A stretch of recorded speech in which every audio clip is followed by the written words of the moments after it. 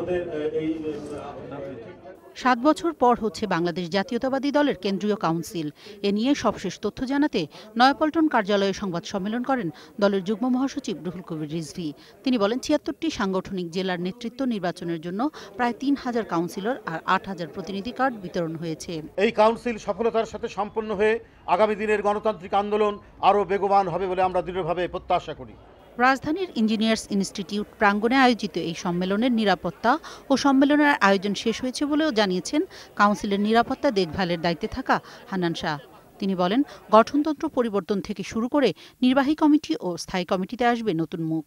পরীক্ষায় যেমন আমরা ফিল আপ দি ব্ল্যাঙ্কস করি, নিশ্চয়ই আমাদের দলও সেই জায়গায় নতুন ব্যক্তিদের স্থায়ী কমিটিতে স্থান করে দেবেন।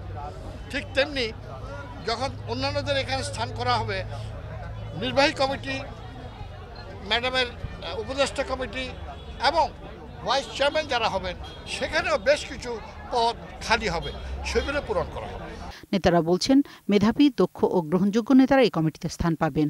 আর কাউন্সিল পরবর্তী নেতৃত্বের কাজ হবে মুক্তিযুদ্ধের চেতনা বাস্তবায়ন। তরুণ নেতৃত্ব আসার জন্য বিভিন্ন প্রক্রিয়া গ্রহণ করা হচ্ছে। আমরা আশা করছি এবারের এই সম্মেলনের পরে তো একটা উল্লেখযোগ্য সংখ্যক তরুণ নেতৃত্ব বিএনপির বিভিন্ন পর্যায়ের কমিটিগুলোতে আসবে। যাদের মেধা আছে, যাদের গ্রহণযোগ্যতা আছে, যারা রাজনৈতিকভাবে জনগণের সাথে সম্পৃক্ততা আছে, সব কিছু মিলিয়ে এটার একটা সমাহার আমাদেরকে ঘটাতে হবে। দলের শীর্ষ 2 পদে পরিবর্তন না হলেও অন্য সবখানেই আসছে পরিবর্তন। তৃণমূল কর্মী সমর্থকদের দাবি, রাজনৈতিক অধিকার ফিরে পাওয়ার আন্দোলনে রাজপথে থাকবে এই নেতৃত্ব। তাপসী রাবেয়া, একুশে টেলিভিশন, ঢাকা।